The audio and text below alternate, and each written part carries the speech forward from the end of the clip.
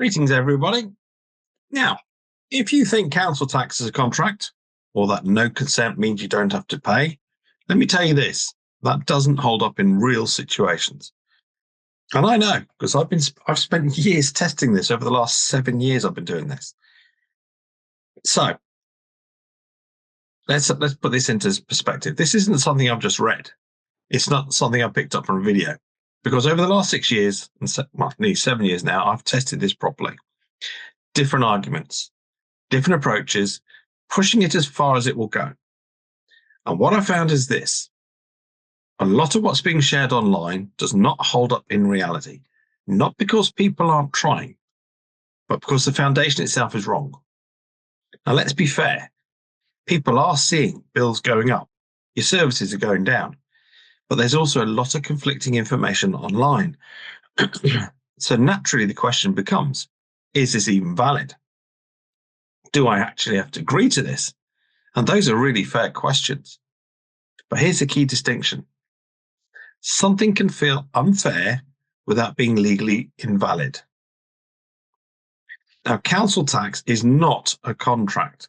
It is not a subscription or a service agreement. It is a statutory charge, which means it exists because of legislation, not because you signed something, not because you agreed to it, and certainly not because you gave consent. So the real question is not, where's the contract?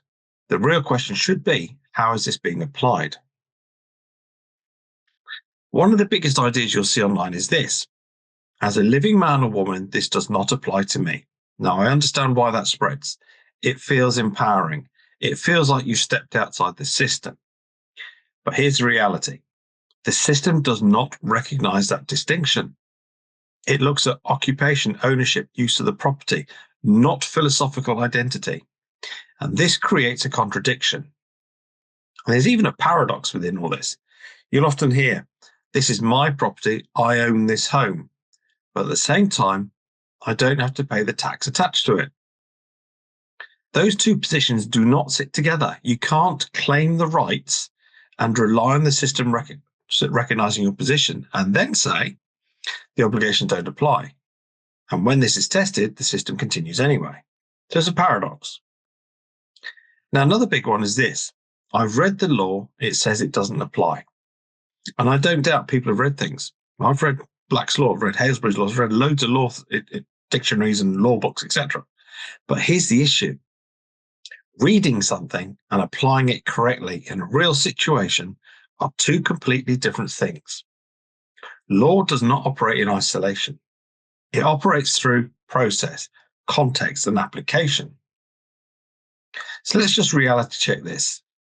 If these arguments work the way people say they do, you wouldn't see enforcement continuing to rise.